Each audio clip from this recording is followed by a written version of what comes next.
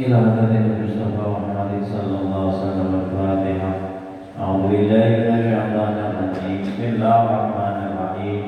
الحمد لله رب العالمين الرحمن الرحيم مالك يوم الدين. إياك نعبد وإياك نستعين اهدنا الصراط المستقيم صراط الذين أنعمت عليهم غير المغضوب عليهم ولا الضالين. رب اغفر لي ولوالدي آمين. يا رب بالمصطفى بلغ مقاصدنا واغفر لنا ما مضى يا واسع الكرم. يا رب بالمصطفى بلغ مقاصدنا واغفر لنا ما مضى يا واسع الكرم. محمد سيد الكونين والثقلين والفريقين من عرب ومن عجم. يا رب بالمصطفى بلغ مقاصدنا واغفر لنا ما مضى يا واسع الكرم. هو الحبيب الذي ترجى شفاعته لكل هول من الأهوال مقتحم. يا رب بالمصطفى بلغ مقاصدنا واغفر لنا ما مضى يا واسع الكرم. مولاي صل وسلم دائما أبدا على حبيبك خير الخلق كلهم. يا رب بالمصطفى بلغ مقاصدنا واغفر لنا ما مضى يا واسع الكرم. اللهم صل وسلم وبارك عليه وعلى آله.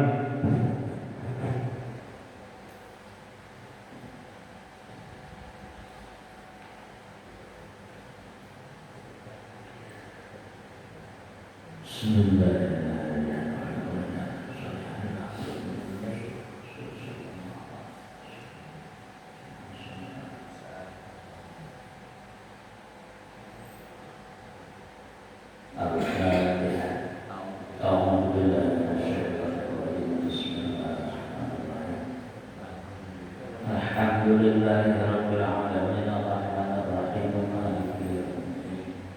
Iyyaka na'budu wa iyyaka nasta'in ihdinas siratal mustaqim siratal ladzina an'amta 'alaihim ghairil maghdubi 'alaihim waladdallin.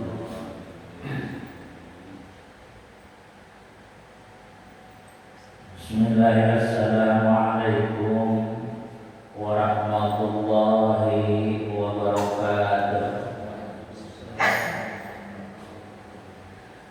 Alhamdulillah,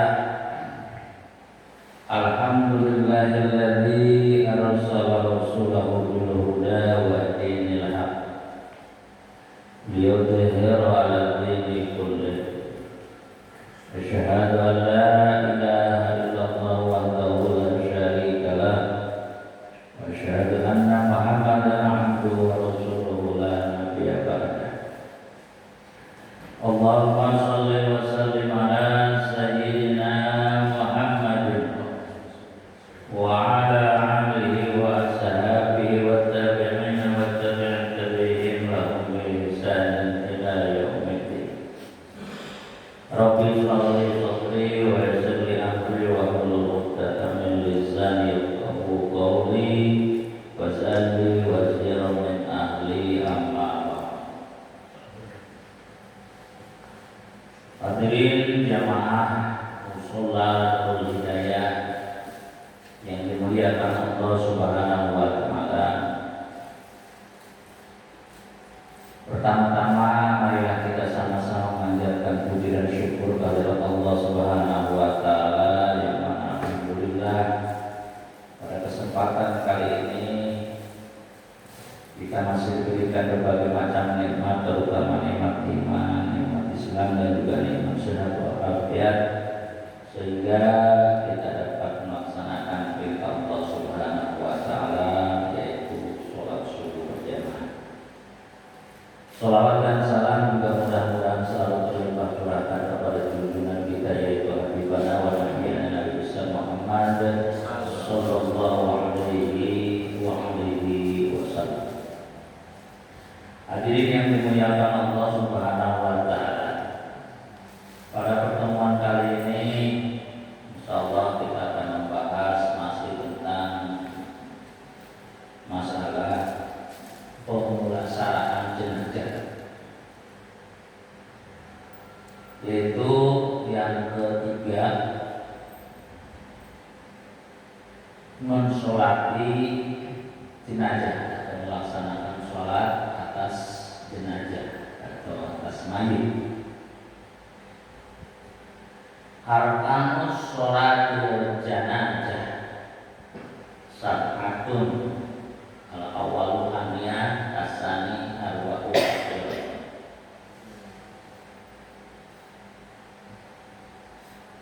Sini bahasanya sholat janazah, tapi kalau diniat mayit. Kalau niat sholli ala hadzal mayyit.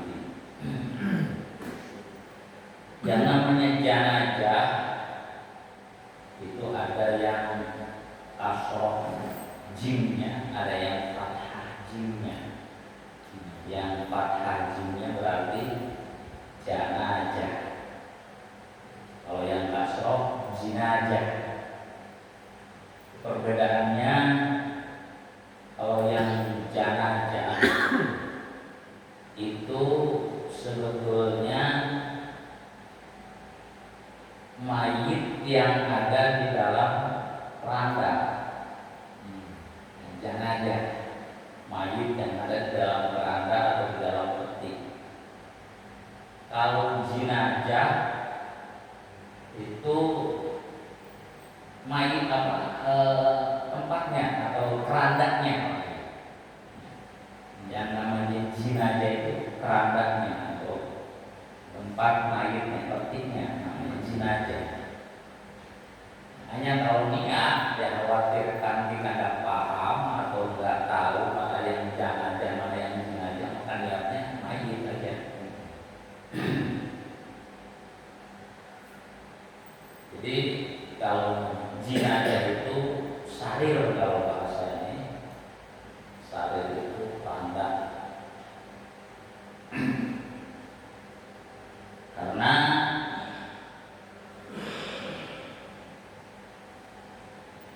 sarir atau jenazah, tempat keranda itu setiap hari itu bicara, ya, mengingatkan kepada calon penumpangnya dengan memakai sindiran. Unzur ila yabil akli anal muhayyadin adli anas sarirul manaya kamsar bisli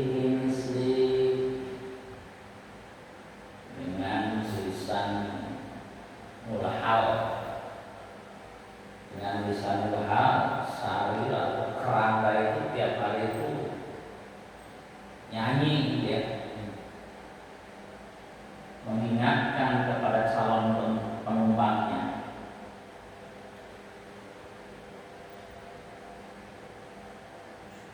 Unzur ila yabil akid, ingatlah atau lihatlah, ilaya kepadaku, kata sekarang bil akid dengan akal kamu. Anal muhayya linakli, sesungguhnya aku al-muhayya yang disiapkan untuk memindahkan kalian. Aku itu untuk memindahkan kalian, kata si keranda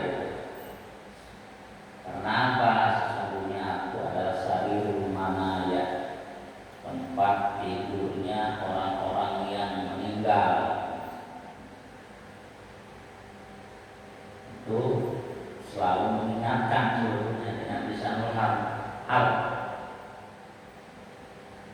Hadirin yang dimuliakan Allah Subhanahu wa taala. Kalau kita bicara masalah sholat jenazah yang biasa kita laksanakan, mungkin semua udah paham ya. Rukunnya itu ada 7. Yang pertamanya, sebelum kita ke rukun, kadang-kadang suka ada perdebatan istilah. Ini jenazah ini kalau disolatkan kepalanya di utara atau di selatan? Ya, kalau di sini tuh kepalanya sebelah sini atau sebelah sini. Ya. Karena kadang-kadang suka ada perdebatan seperti itu. Sebelum kita melaksanakan atau melaksanakan tentang sholat jenazah, sebetulnya sama saja, mau kepalanya sebelah utara, mau kepalanya sebelah selatan. Intinya kalau laki-laki jenazahnya, mayitnya, kalau mayitnya laki-laki, imam itu berada pas di kepalanya. Jadi imam itu berada di kepalanya mayit. Jadi di depannya itu kepalanya mayit. Kalau perempuan, jenazahnya perempuan, imam itu ada di perut bagian bawah. Perut bagian bawah, hampir ke pinggul. Hampir ke pinggul. Maka kadang-kadang seorang imam suka tengok dulu, ini jenazahnya pendek apa ini, tinggi atau pendek ini jenazahnya. Kalau perempuan ada di perut bagian bawah, hampir mendekati pinggul, itu sunahnya. Adapun kalau misalnya jenazah itu sebelah utara atau sebelah selatan, nggak usah diperdebatkan, sebetulnya sama saja, kecuali kalau jenazah disolatkan di Masjid Nabawi. Kalau di Masjid Nabawi karena adanya raudhah makam Rasul itu sebelah kiri, sebelah kanan masjid. Sebelah kiri kan? Sebelah kiri berarti sebelah sini. Ya kan? Sebelah selatannya. Tak tahu ini tetapi itu kabarnya bukan malah ke barat. Ya kan lebih utara dari Ka'bah. Pokoknya sebelah kiri masjid. Raudhah itu makam Rasul itu. Nah, di situ memang sebetulnya tidak ada hadis yang menyatakan bahwa sebelah mana kepalanya mayit kalau disolatkan. Tapi kalau di Masjid Nabawi, ya, supaya tidak menjaga adab, menjaga tata krama atau kesopanan, kalau si mayitnya itu atau jenazah mau disolatkan kepalanya sebelah kanan, ya, berarti kakinya si mayit itu berada di sebelah kepalanya Rasul. Itu tidak sopan. Itu tidak sopan. Makanya kalau di Masjid Nabawi, kalau menyolatkan jenazah kepalanya berada di sebelah kiri, berada di sebelah kiri. Nah itu masalahnya cuma di situ aja. Kalau di kita mau di sebelah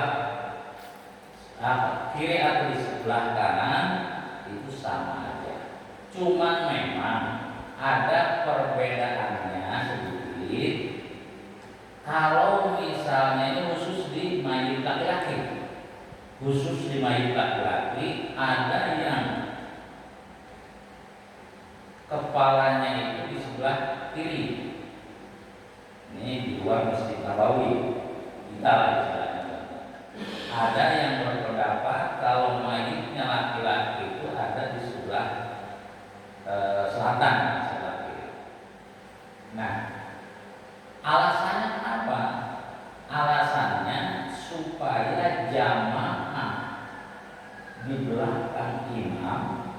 banyak di sebelah kanan imam. Karena itu makmum lebih utama, lebih afdol itu berada di sebelah kanan imam. Paham nggak ya maksudnya? Ya kayak kita ini mimbar itu luas, ya, bukan mimbar itu ya. Kenapa tempat sholat nggak di sebelah sini, nggak di sebelah di pas podium? Kenapa rata-rata di sebelah sini? Karena untuk mengantisipasi banyaknya jamaah berada di sebelah kanan imam. Jadi sebelah kanan lebih luas, lebih banyak jamaah. Ya. Bukan berarti tidak ada alasan. Rata-rata masjid itu kalau ada podiumnya ada di sebelah sini, supaya jamaah sebelah kanan itu lebih banyak. Sama. Jenazah juga seperti itu. Tapi kalaupun memang jenazahnya laki-laki, walaupun di sebelah kepalanya di sebelah utara, itu juga nggak apa-apa sebetulnya, nggak ada masalah. Itu aja. Hadirin yang dimuliakan Allah Subhanahu wa Ta'ala. Kemudian kalau untuk mengiringi jenazah, kalau bahasa kita itu mengawal jenazah, itu sebetulnya jenazah duluan atau yang mengawal duluan. Kalau di kita rata-rata jenazah duluan, ya kan? Rata-rata di kita itu jenazah duluan. Ya sebetulnya sunnahnya itu mengawal duluan, yang mengiringi jenazah yang duluan, jenazah di belakang. Dan disunahkan juga kalau membawa jenazah itu kakinya yang di depan, ya, kakinya yang di depan. Kalau arahnya ke sana, kakinya yang di depan, kepalanya di belakang. Itu sebetulnya sunnahnya. Kalau di kita rata-rata jenazah duluan, yang mengiringi di belakang, terus kepalanya di duluan. Itu sebetulnya disunahkan itu. Yang namanya pengawal itu kan di depan, pengawal itu. Nah, namanya pengawal itu di depan, pengawal itu yang awal, berarti yang mengiringi jenazah itu orang-orang di depan, jenazahnya di belakang. Kemudian kepala jenazahnya itu ada di belakang.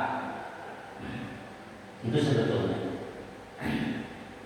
Hadirin yang dimuliakan Allah Subhanahu wa Ta'ala. Namun kalau tidak biasa juga nantinya dapat menjadikan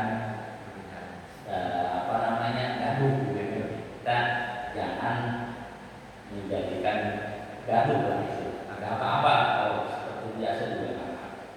Tapi kalau yang mengerti, ada misalnya ini jenazah biasanya kita jenazah di depan, ada yang jenazah di belakang, itu yang bagus betul. Itu yang bagus. Hadirin yang dimuliakan Allah Subhanahu wa Ta'ala. Sholat jenazah yang pertama adalah niat. Niat sholat jenazah seperti kita tahu, kalau yang laki-laki usolli ala hadal mayyit, usolli ala hadal mayyit. Kalau mengucapkan arba'at takbiratin itu sunnah. Yang utamanya usolli ala hadal mayyit. Nah, di sini kenapa pakai kata-kata isyarat, atau kalau bahasanya isim isyarat? Isim isyarat itu kata tunjuk. Kata tunjuk. Niat saya sholat terhadap mayit ini, laki-laki mayit, ya hadal mayit ini pakai kata-kata hadal. Itu nanti dikhawatirkan salah, karena imam atau jamaah yang niatnya diucapkan namanya, misalnya yang meninggal itu namanya Ahmad misalnya. Nah, kita niat usolli ala Mayyitul Ahmad misalnya, Mayyit Ahmad. Kebetulan salah, gitu. salah ucap. Padahal yang ada di dalamnya itu Mayyit Umar misalnya. Mayyitnya Umar kita mengucapkannya Ahmad. Itu kalau tidak pakai kata isyarat itu nggak sah niatnya nggak sah. Tapi kalau dengan kata-kata isyarat walaupun salah mengucapkan nama itu sah. Usolli ala hadzal mayyit Umar misalnya. Kebetulan yang meninggalnya Ahmad misalnya. Kita mengucapnya Umar tapi pakai kata-kata hada. Usolli ala hada. Niat saya sholat terhadap ini mayyit Umar, padahal Ahmad yang meninggal. Itu salah ucap nama. Tapi kalau memakai kata-kata ini mayyit, nah itu sah. Tapi kalau tidak memakai kata-kata isyarat, ini mayyit itu tidak sah. Itu perbedaan. Makanya usolli ala hadzal mayyit. Itu imam khususnya imam. Kalau makmum boleh saja niat seperti niatnya saya niat sholat jenazah seperti sholatnya imam, cukup. Saya sholat jenazah seperti sholatnya imam, udah cukup gitu. Niat seperti biasa boleh. Usolli ala hadzal mayyit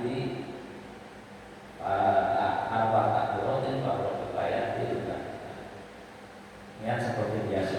Kalau misalnya ini mayitnya laki-laki atau perempuan ya, nah kita bingung mau sholat jenazah, ini mayitnya laki-laki atau perempuan. Ya udahlah, niat kita sholat mayitnya itu saya niat sholat mayit seperti sholatnya imam. Pakai bahasa Indonesia juga. Gak usah nanya-nanya, ini mayitnya ada itu perempuan. Gak usah nanya kalau jadi makmum ya. Tapi kalau imam itu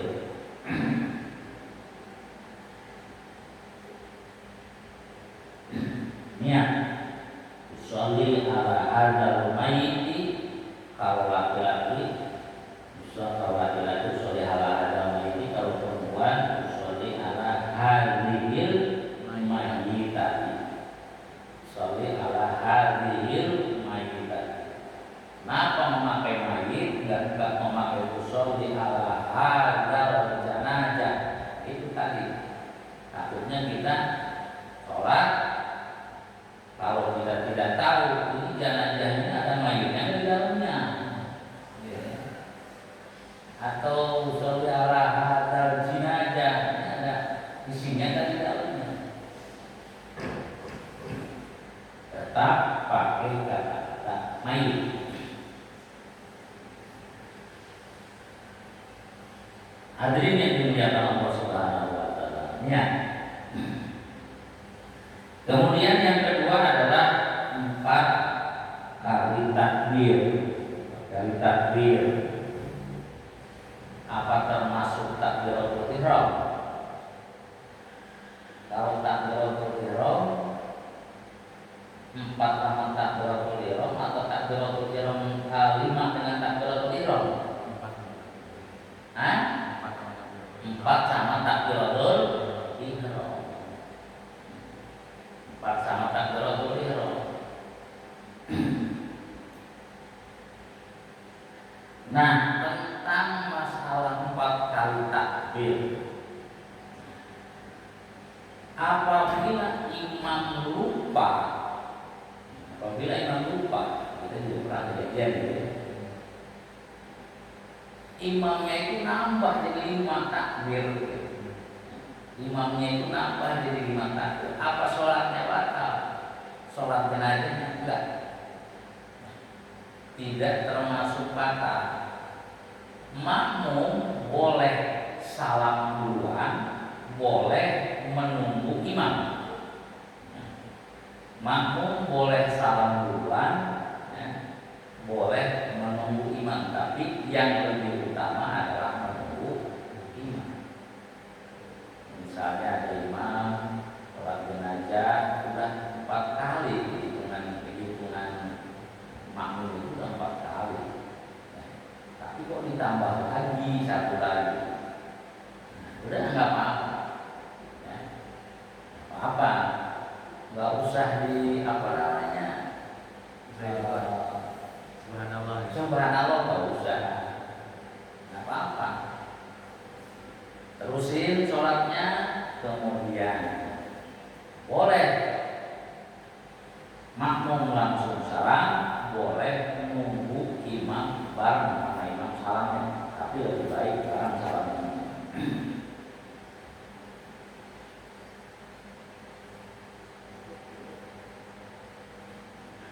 Hadirin yang dimuliakan Allah Subhanahu wa taala.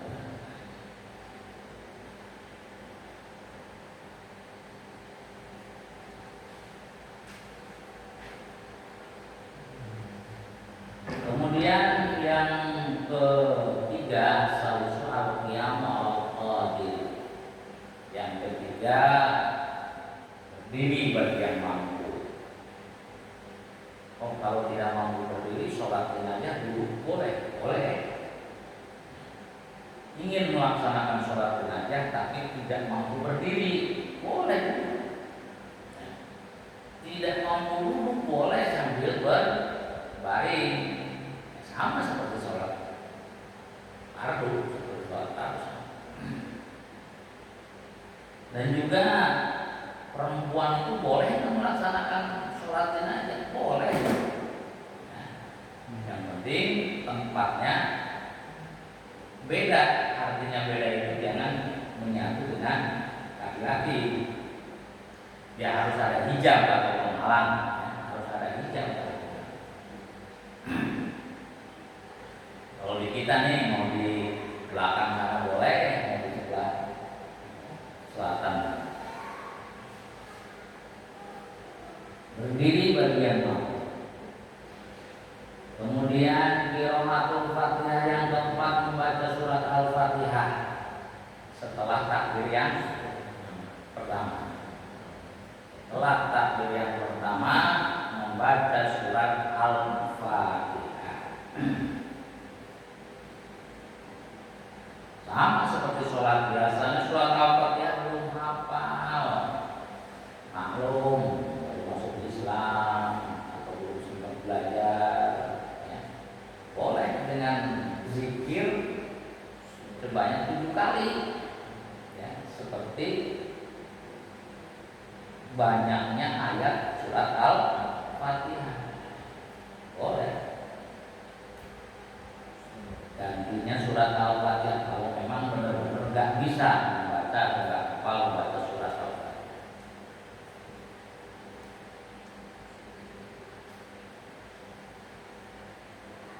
Yang kelima, as-sholatu ala Nabi sallallahu alaihi wasallam ba'da saniyah. Yang kelima adalah membaca sholawat kepada mayit kepada Nabi Muhammad sallallahu alaihi wasallam pada takbir yang kedua.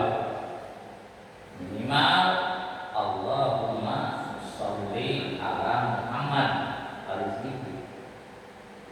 Allahumma sholli ala Muhammad. Lebih baik bahkan afdal memakai wa ala ali, ya.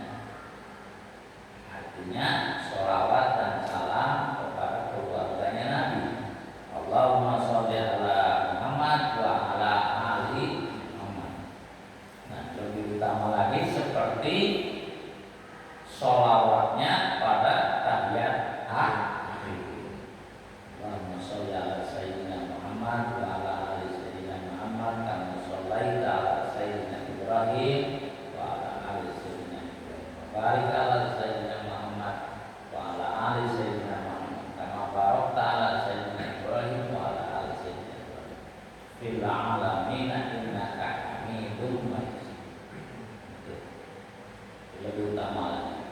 Bahkan ada ulama yang mensunahkan sebelum membaca Fatihah itu disunahkan membaca kalimat hamdalah, alhamdulillahirabbil alamin, seperti orang yang mukadimah apa namanya? Mukadimah ceramah. Alhamdulillahirabbil alamin, Allahumma shalli ala sayyidina Muhammad wa ala ali sayyidina Muhammad. Boleh. Bahkan dianjurkan sebelum Fatihah. sebelum sholawat, sebelum membaca sholawat disunahkan membaca hamdalah.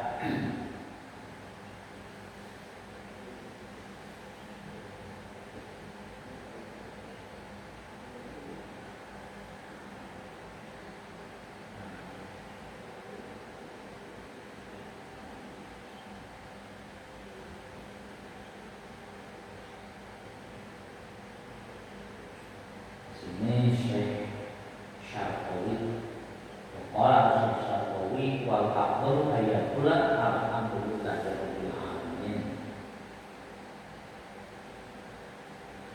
Kemudian yang seterusnya adalah as-sadisu.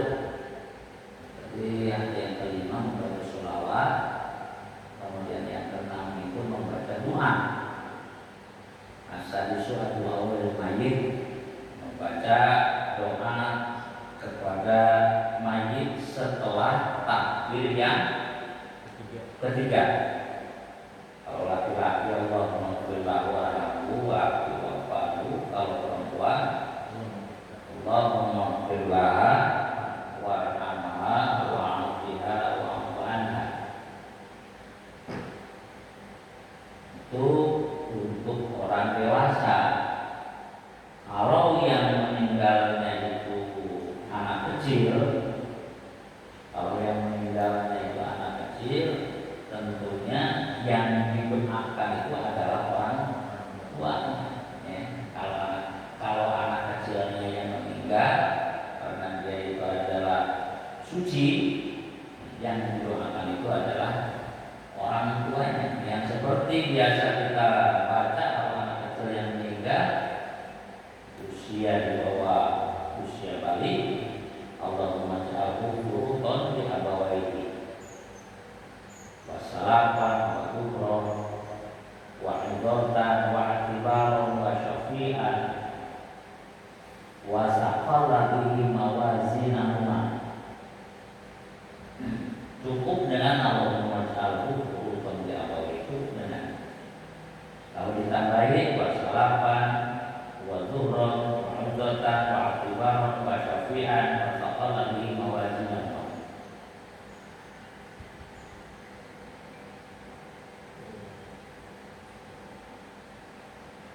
Paling sedikit doa kepada mayit itu Allahumma ighfir lahu warhamhu wa'afi wa'fu anhu, atau Allahumma ighfir lahu warhamhu wa'afi wa'fu anhu untuk perempuan. Untuk anak kecil Allahumma ij'alhu furutan li abawaihi. Sempurnanya ada seperti yang di hadis,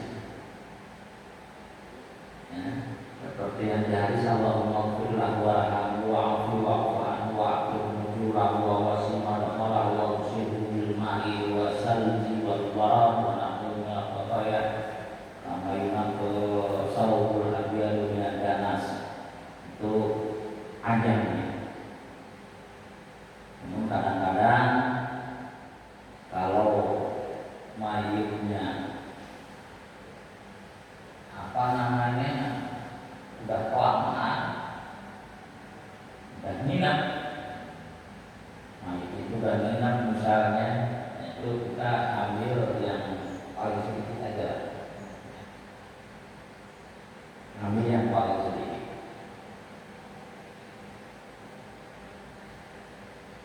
Hadirin yang dimuliakan Allah Subhanahu wa taala, itu diantaranya doa, membaca doa untuk mayit. Kemudian yang terakhir adalah membaca salam. Assalamualaikum warahmatullahi wabarakatuh. Setelah takbir yang keempat. Setelah takbir yang keempat langsung membaca salam boleh. Itu harusnya boleh. Memang seharusnya setelah takbir yang keempat itu langsung membaca salam. Cuma kadang ada yang sunahkan akan dianjurkan membaca doa setelah takbir yang keempat. Allahumma la tahrimna ajrahu wa la ta'tina ba'dahu wa ighfir lana wa itu doa setelah takbir yang keempat, tapi itu sunnah. Itu hadirin yang dimuliakan Allah Subhanahu wa taala, tata cara melaksanakan sholat jenazah. Sama dengan sholat jenazah sama dengan sholat gaib. Sholat gaib artinya sholat gaib itu kita melaksanakan sholat jenazah, tapi mayitnya tidak ada di depan kita.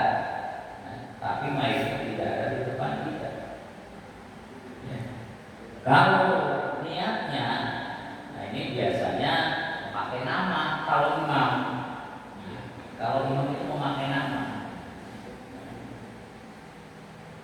Sholli ala mayyiti siapa? Pakai nama. Kalau imam, tapi kalau makmum ya cukup mengikuti imam. Kalau makmum cukup mengikuti imam. Dan bolehkah enggak? Boleh enggak kalau kita mau sholat jenazah di pinggir kuburan, bukan di atas kuburan? Kalau di atas kuburan enggak boleh. Nah, di pinggirnya, di pinggir makam ke belakangnya. Boleh kita melaksanakan sholat jenazah di atas di pinggir kuburan? Boleh.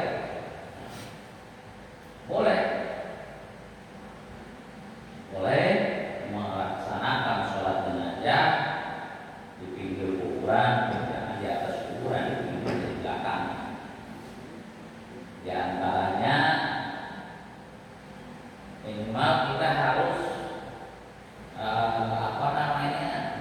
kalau kita memakai sendal atau memakai sepatu, itu sepatu dan sendalnya itu copot, ya. Jangan dipakai. Boleh diinjak. Kita pakai sendal. Nah, kita pakai sendal mau sholat di jenazah yang ada di atas, yang ada di makam, yang ada di kubur. Nah, sendalnya dicopot atau sepatunya dicopot. Nah, kaki kita diinjakkan di atas sendal atau di atas sepatu boleh.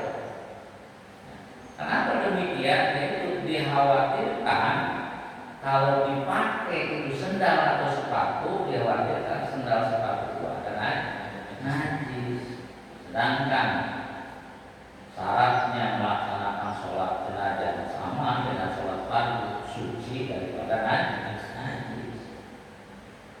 Baik ibadah maupun yang dipakai.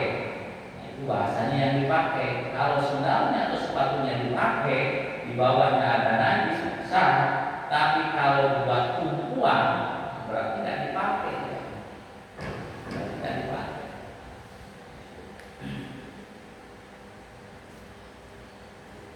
Hadirin yang dimuliakan Allah Subhanahu wa taala. Itu diantaranya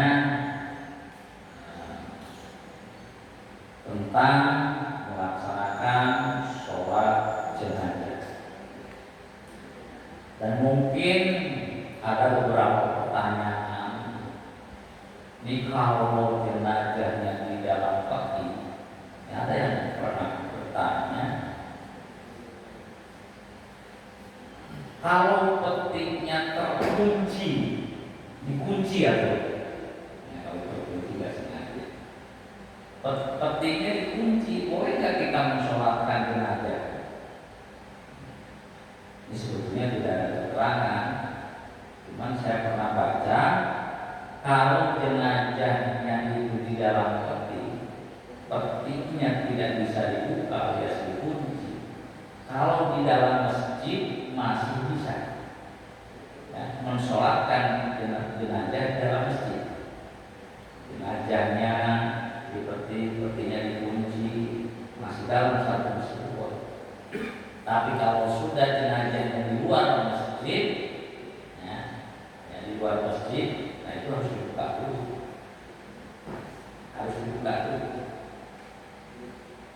Ya, kalau di kita istilahnya apa namanya sudah biasa pak keranda. Tapi kalau di tempat lain atau ada suatu hal yang apa namanya mayatnya itu tidak wajar, seperti mayat yang kebakaran atau makamnya itu lokasi makamnya seperti pasir, jadi nggak bisa kalau di apa namanya digali longsor lagi, tidak longsor lagi kalau pasir itu kan, nah itu boleh pakai peti. Tapi kalau tidak ada yang apa namanya merusak, tidak ada kedaruratan, itu lebih baik nggak usah pakai peti. Lebih baik nggak usah pakai peti biasa, kecuali kalau ada darurat.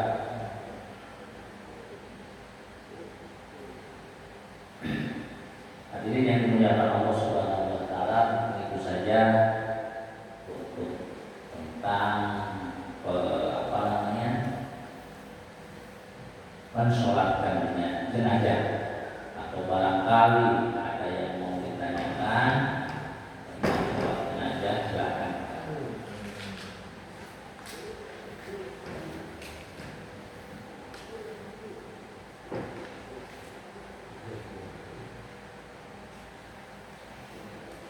Kan tadi rukunnya ada 7 ya, Ustaz. Ada 7 berarti untuk gerakan takbir 2, 3 dan 4 itu tidak termasuk dalam rukun ya. Tidak termasuk. Iya. Artinya sunnah aja ya. Ya. Jadi tidak ada rukun itu, takbir itu 4 kali itu Iya. ya. Jadi satu-satunya rukun itu nggak termasuk rukun pertama, misalnya rukun pertama takbir yang pertama, rukun kedua takbir yang Iya. Tapi kalau misalnya lebih udah biasa. Iya, makanya tadi kalau imamnya lupa 5 itu nggak membatalkan Nggak gitu ya. membatalkan. Hadirin yang dimuliakan Allah Subhanahu wa taala, sebelum kita ada waktu sedikit sebelum kita keluar dari tempat yang mulia ini. Bismillahirrahmanirrahim.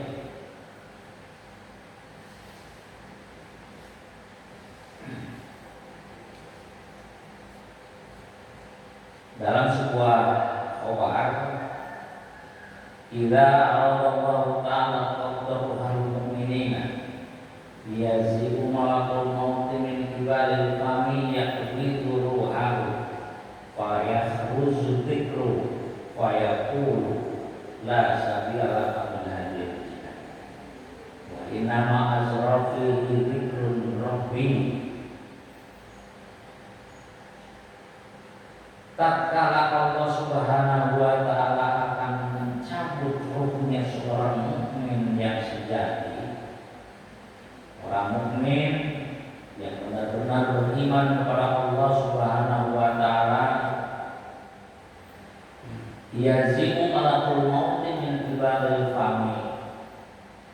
Allah Subhanahu wa taala memerintahkan kepada malaikat Israil, malaikatul maut, untuk mencabut ruhnya seorang mukmin. Yang pertama diambil oleh malaikat Israil atau malakul maut itu, ruh diambil itu dari jihad mulut, min qibalil fami, dari jihad mulutnya seorang mukmin.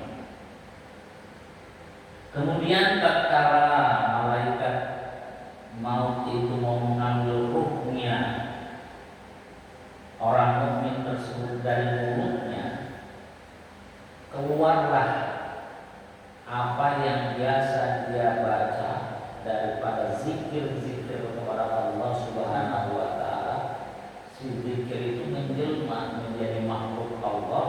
yang berbicara kepada malaikat maut atau kepada malaikat Jibril. Apa kata-katanya? La sabila laka min hadhil jannah, wahai malaikat Jibril, tidak ada jalan dari sini, dari mulut ini, kata si Jibril tadi yang menjelma menjadi makhluk Allah. Tidak ada jalan engkau untuk mengambil ruh daripada jasad orang mukmin ini dari jihad mulut tersebut, kata si zikir tersebut. Karena apa? Karena saya adalah makhluk yang diciptakan oleh Allah Subhanahu wa taala atas zikirnya orang mukmin ini terhadap Allah Subhanahu wa taala. Fa ya malakul maut ila rabbih fa yaqulu qala ta'ala wa qala. Kemudian setelah malaikat maut itu mau mencabut gajah, dihalangi oleh zikir tadi. Nah, malaikat maut itu kemudian kembali kepada Allah Subhanahu wa taala dan menceritakan apa yang terjadi. Nah, pada saat itu Allah Subhanahu wa taala mengatakan kepada malaikat maut, ya udah cari dari anggota tubuh yang lain. Cari dari anggota tubuh yang lain. Dan akhirnya malaikat mau turun lagi untuk mengambil ruhnya seorang mukmin tadi dari tangannya. Kemudian tangannya juga berbicara seperti apa yang dibicarakan oleh mulut tadi. Wahai malaikat Israfil, tidak ada jalan dari sini karena apa? Tangan ini adalah tangan yang suka sedekah. Tangan ini tangan yang suka berinfak. Tangan ini tangan yang suka beramal baik. Kemudian malaikat terus bolak-balik sampai ke telinga. Telinganya suka didengarkan tentang ayat-ayat Al-Quran, didengarkan tentang ilmu-ilmu Allah, sampai seluruh tubuh itu didatangi oleh malaikat Jibril. Kalau orang mukmin sejati itu tidak akan ada jalan untuk mengambil ruh tersebut. Setelah seluruh badannya itu didatangi oleh malaikat Jibril, kemudian malaikat itu kembali lagi kepada Allah Subhanahu wa taala dan beliau malaikat Jibril tersebut berbicara lagi, dari mana aku harus mengambil ruh seorang mukmin tersebut. Dan akhirnya Allah Subhanahu wa taala menulis tulisan dengan kalimat Allah, tulisan Allah, kemudian dikasih kepada malaikat maut, malaikat Jibril, kemudian dibawa kepada jasadnya orang mukmin tadi, dan tulisan itu dikasih tahu kepada ruhnya yang ada di dalam jasadnya orang mukmin, dan ruh itu mengikuti tulisan kalimat Allah yang ditulis oleh Allah, yang dibawa oleh malaikat itu. Diikuti sehingga tidak terasa keluarnya ruh dari jasad seorang mukmin itu tidak terasa. Makanya ada hadis yang menyatakan, hadis ini yang menyatakan bahwa keluarnya ruh orang mukmin itu seperti menarik rambut dari tepung.